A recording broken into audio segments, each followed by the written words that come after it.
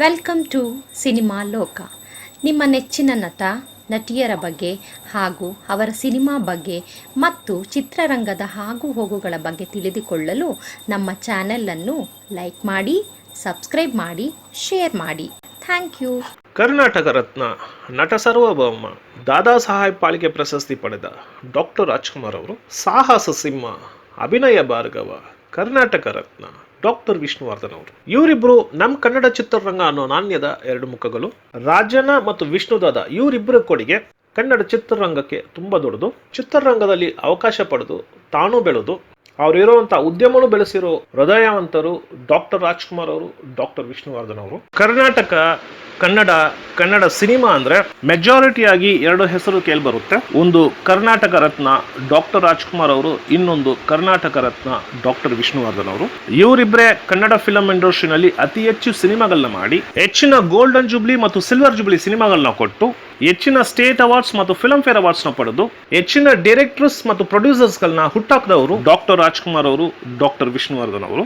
Indian film ಇಂಡಸ್ಟ್ರಿನಲ್ಲೇ ಮೊದಲನೇ ಬಾರಿಗೆ ಅತಿ ಹೆಚ್ಚು ದಿನಗಳ ಕಾಲ ಪ್ರದರ್ಶನ ಕಂಡ ಸಿನಿಮಾ ಅಂದ್ರೆ ಅಶೋಕ್ ಕುಮಾರ್ ಅವರು ಆಕ್ಟ್ ಮಾಡಿ, ಗಾಯನ್ ಮುಖರ್ಜಿ ಅವರು ಡೈರೆಕ್ಟ್ ಮಾಡಿ, ಬಾಂಬೆ ಟಾಕೀಸ್ ಅವರು ಪ್ರೊಡ್ಯೂಸ್ ಮಾಡಿರೋ ಕಿಸ್ಮತ್ ಅನ್ನೋ ಸಿನಿಮಾ. ಈ ಸಿನಿಮಾ ಥಿಯೇಟರ್ಗಳಲ್ಲಿ 150 ವಾರಗಳು ಕಂಪ್ಲೀಟ್ ಮಾಡಿ ಇಂಡಿಯನ್ ಫಿಲಂ ಇಂಡಸ್ಟ್ರಿನಲ್ಲೇ ಒಂದು ದೊಡ್ಡ ರೆಕಾರ್ಡ್ ನ ಕ್ರಿಯೇಟ್ ಮಾಡುತ್ತೆ. 150 ವಾರ ಅಂದ್ರೆ 1050 ದಿನ ಪ್ರದರ್ಶನ ಕಂಡ ಮೊದಲನೇ ಇಂಡಿಯನ್ ಸಿನಿಮಾ ಕಿಸ್ಮತ್ ಸಿನಿಮಾ ಆಗಿರುತ್ತೆ. ಅದರ ನಂತರ 1960 ನಲ್ಲಿ ದಿಲೀಪ್ ಕುಮಾರ್ ಮತ್ತು ಪೃಥ್ವಿರಾಜ್ ಕಪೂರ್ ಅವರು ಆಕ್ಟ್ ಮಾಡಿ, ಕೆ ಆಸಿಫ್ ಅವರು ಡೈರೆಕ್ಟ್ ಮಾಡಿರೋ ಮುಘಲ್ ಇ ಆಜಮ್ ಅನ್ನೋ ಸಿನಿಮಾ.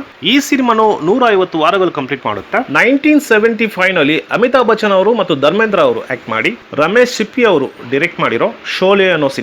ಈ ಸಿನಿಮಾ ಒಂದೇ ಥಿಯೇಟರ್ ಅಲ್ಲಿ 5 ವರ್ಷ ಪ್ರದರ್ಶನ ಕಂಡು ಅಂದ್ರೆ 286 ವಾರಗಳು ಕಂಪ್ಲೀಟ್ ಮಾಡಿ ಇಂಡಿಯನ್ ಫಿಲಂ ಇಂಡಸ್ಟ್ರಿನಲ್ಲಿ ಒಂದು ದೊಡ್ಡ ಇತಿಹಾಸನ ಸೃಷ್ಟಿ ಮಾಡಿರುವಂತಹ ಸಿನಿಮಾ. ಕಲೆಕ್ಷನ್ ಅಲ್ಲಿ ಮಾತ್ರ ಅಲ್ಲ, ನಂಬರ್ ಆಫ್ ಡೇಸ್ ಅಲ್ಲೂ 2000 ದಿನಗಳು ಕಂಪ್ಲೀಟ್ ಮಾಡಿರುವಂತ ಮೊದಲನೇ ಇಂಡಿಯನ್ ಸಿನಿಮಾ ಶೋಲೆ ಅನ್ನೋ ಸಿನಿಮಾ. ಆ ರೆಕಾರ್ಡ್ ನ ಬ್ರೇಕ್ ಮಾಡಿದ್ದು 1995 ನಲ್ಲಿ ಶಾರುಖ್ ಖಾನ್ ಅವರು ಆಕ್ಟ್ ಮಾಡಿ, ಆದಿತ್ಯ ಚೋಪ್ರಾ ಅವರು ಡೈರೆಕ್ಟ್ ಮಾಡಿರೋ ದಿಲ್ವಾಲೆ ದುಲ್ಹನಿಯಾ ಲೇ ಜಾಯೆಂಗೆ ಅನ್ನೋ ಸಿನಿಮಾ. ಈ ಸಿನಿಮಾ 1500 ವಾರಗಳು ಕಂಪ್ಲೀಟ್ ಮಾಡಿ ವರ್ಲ್ಡ್ ಫಿಲಂ ಇಂಡಸ್ಟ್ರಿನಲ್ಲೇ ಒಂದು ದೊಡ್ಡ ರೆಕಾರ್ಡ್ ನ ಕ್ರಿಯೇಟ್ ಮಾಡ್ತು. ಒಂದೇ ಥಿಯೇಟರ್ ಅಲ್ಲಿ 10,500 ದಿನ ಓಡಿರುವಂತ one and only cinema Dilwale Dulhania Le Jayenge ಅನ್ನೋ ಸಿನಿಮಾ. ತೆಲುಗು ಫಿಲಂ ಇಂಡಸ್ಟ್ರಿ ಅಂತ ತಗೊಂಡ್ರೆ 1963 ನಲ್ಲಿ NT ರಾಮರಾವ್ ಅವರು ಆಕ್ಟ್ ಮಾಡಿ, ಸಿ ಪಿಲ್ಲಯ್ಯ ಮತ್ತು CS ರಾವ್ ಅವರು ಡೈರೆಕ್ಟ್ ಮಾಡಿರೋ ಲವಕುಶ ಅನ್ನೋ ಸಿನಿಮಾ. ಥಿಯೇಟರ್ಗಳಲ್ಲಿ 75 ವಾರ ಅಂದ್ರೆ 525 ದಿನ ಕಂಪ್ಲೀಟ್ ಮಾಡಿ ತೆಲುಗು ಫಿಲಂ ಇಂಡಸ್ಟ್ರಿನಲ್ಲಿ ಅತಿ ಹೆಚ್ಚು ದಿನಗಳ ಪ್ರದರ್ಶನ ಕಂಡ ಮೊದಲನೇ ತೆಲುಗು ಸಿನಿಮಾ ಅನ್ನೋ ರೆಕಾರ್ಡ್ ನ ಕ್ರಿಯೇಟ್ ಮಾಡುತ್ತೆ. ಅದರ ನಂತರ ನಮಗೆ ಗೊತ್ತು 2009 ನಲ್ಲಿ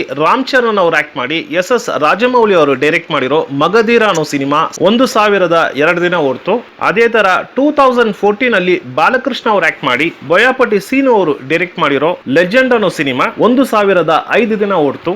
ಈ ಕಡೆ ತಮಿಳ್ ಸಿನಿಮಾ ಅಂತ ತಗೊಂಡ್ರೆ 1944 ಅಲ್ಲಿ MK ತ್ಯಾಗರಾಜ ಭಾಗವತ್ ಅವರು ಆಕ್ಟ್ ಮಾಡಿ, ಸುಂದರ್ ರಾವ್ ನಾದಕರ್ಣಿ ಅವರು ಡೈರೆಕ್ಟ್ ಮಾಡಿರೋ ಹರಿದಾಸ್ ಅನ್ನೋ ಸಿನಿಮಾ. ಥಿಯೇಟರ್ಗಳಲ್ಲಿ 784 ದಿನ ಕಂಪ್ಲೀಟ್ ಮಾಡಿ ಅತಿ ಹೆಚ್ಚು ದಿನಗಳ ಕಾಲ ಪ್ರದರ್ಶನ ಕಂಡ ಮೊದಲನೇ ತಮಿಳ್ ಸಿನಿಮಾ ಅನ್ನೋ ರೆಕಾರ್ಡ್ ನ ಕ್ರಿಯೇಟ್ ಮಾಡುತ್ತೆ.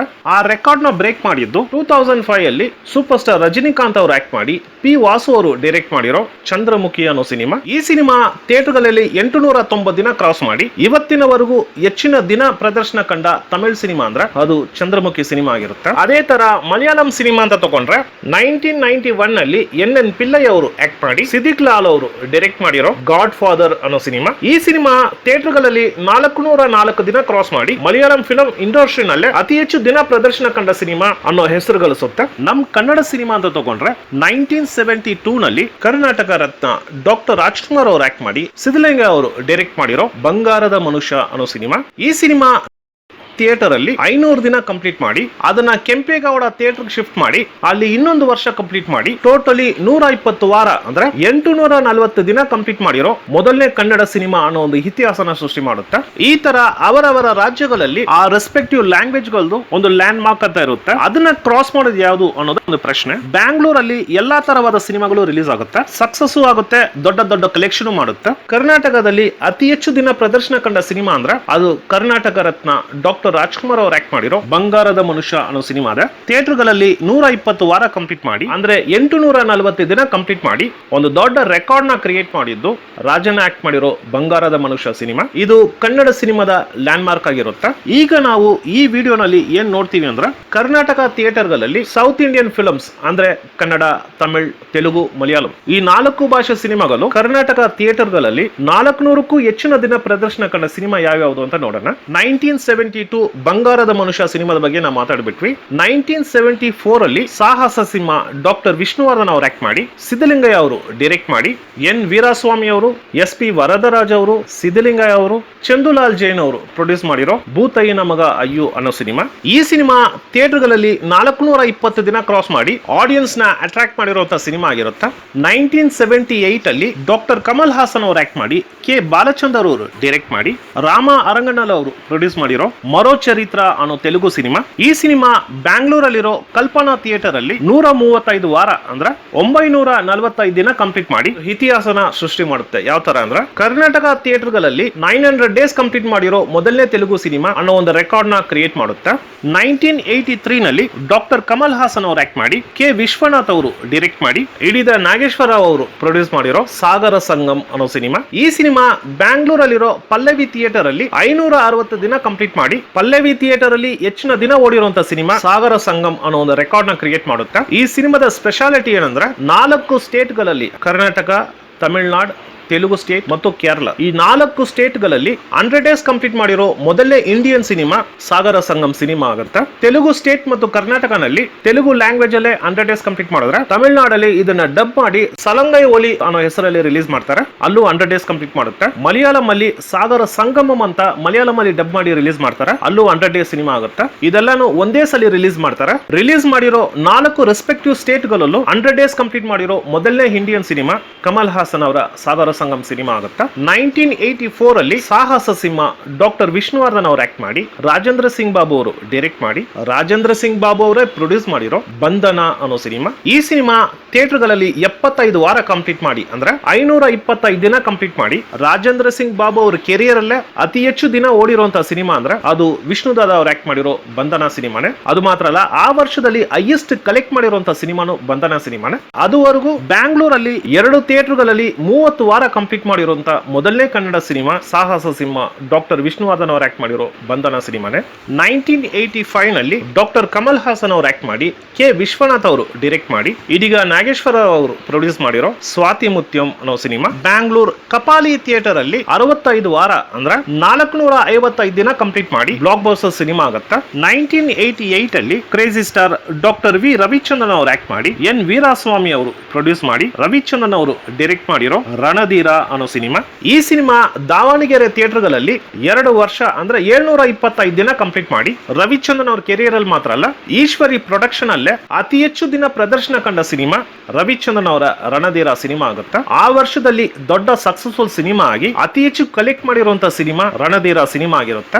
1989 ಅಲ್ಲಿ ರಾಘವೇಂದ್ರ ರಾಜ್ಕುಮಾರ್ ಅವರು ಆಕ್ಟ್ ಮಾಡಿ, MS ರಾಜಶೇಖರ್ ಅವರು ಡೈರೆಕ್ಟ್ ಮಾಡಿ, ಪಾರ್ವತಮ್ಮ ರಾಜ್ಕುಮಾರ್ ಅವರು ಪ್ರೊಡ್ಯೂಸ್ ಮಾಡಿರೋ ನಂಜುಂಡಿ ಕಲ್ಯಾಣ ಅನ್ನೋ ಸಿನಿಮಾ. ಈ ಸಿನಿಮಾ ಥಿಯೇಟರ್ಗಳಲ್ಲಿ 80 ವಾರ ಕಂಪ್ಲೀಟ್ ಮಾಡಿ, ಅಂದ್ರೆ 560 ದಿನ ಕಂಪ್ಲೀಟ್ ಮಾಡಿ, ಪಾರ್ವತಮ್ಮ ರಾಜ್ಕುಮಾರ್ ಅವರ ಪ್ರೊಡಕ್ಷನ್ ಅಲ್ಲೇ 550 ದಿನ ಕಂಪ್ಲೀಟ್ ಮಾಡಿರೋ ಮೊದಲನೇ ಸಿನಿಮಾ ಅನ್ನೋ ರೆಕಾರ್ಡ್ ನ ಕ್ರಿಯೇಟ್ ಮಾಡುತ್ತೆ.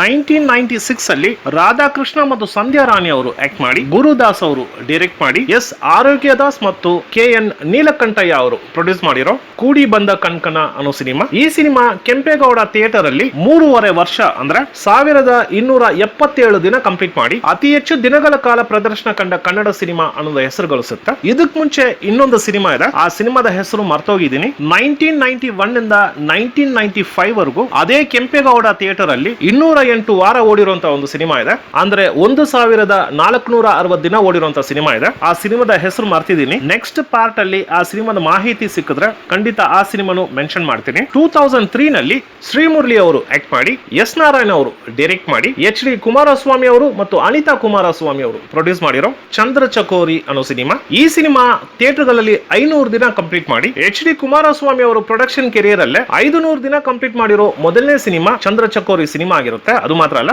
ಎಸ್ ನಾರಾಯಣ್ ಅವರ ಡೈರೆಕ್ಷನ್ ಕೆರಿಯರ್ ಮತ್ತು ಶ್ರೀ ಮುರಳಿ ಅವರ ಆಕ್ಟಿಂಗ್ ಕೆರಿಯರ್ ಅಲ್ಲಿ ತುಂಬಾ ಮುಖ್ಯವಾದ ಸಿನಿಮಾ ಚಂದ್ರ ಚಕೋರಿ ಸಿನಿಮಾ ಆಗಿರುತ್ತೆ. 2006 ಅಲ್ಲಿ ಗೋಲ್ಡನ್ ಸ್ಟಾರ್ ಗಣೇಶ್ ಅವರು ಆಕ್ಟ್ ಮಾಡಿ, ಯೋಗರಾಜ್ ಭಟ್ರು ಡೈರೆಕ್ಟ್ ಮಾಡಿ, ಈ ಕೃಷ್ಣ ಅವರು ಪ್ರೊಡ್ಯೂಸ್ ಮಾಡಿರೋ ಮುಂಗಾರು ಮಲೆ ಅನ್ನೋ ಸಿನಿಮಾ. ಈ ಸಿನಿಮಾ 450 ದಿನ, 570 ದಿನ, 740 ದಿನ, 850 ದಿನ ಅಂತ ಥಿಯೇಟರ್ಗಳಲ್ಲೂ ಒಂದೊಂದು ರೆಕಾರ್ಡ್ ನ ಕ್ರಿಯೇಟ್ ಮಾಡಿ ಫೈನಲಿ 900 ಡೇಸ್ ಕಂಪ್ಲೀಟ್ ಮಾಡಿ 2000 ಪೀರಿಯಡ್ ಅಲ್ಲಿ ಒಂದು ದೊಡ್ಡ ರೆಕಾರ್ಡ್ ನ ಕ್ರಿಯೇಟ್ ಮಾಡಿ ಇವತ್ತಿಗೂ ಆ ರೆಕಾರ್ಡ್ ಆಗಿನೇ ಇದೆ. ಓಕೆ ಸ್ನೇಹಿತರೆ, ನೆಕ್ಸ್ಟ್ ಟೈಮ್ ಬೇರೆ ಒಂದು ಸಿನಿಮಾ ಜೊತೆ ಬರ್ತೀನಿ. ಅದುವರೆಗೂ ಥ್ಯಾಂಕ್ ಯು, ಬಾಯ್.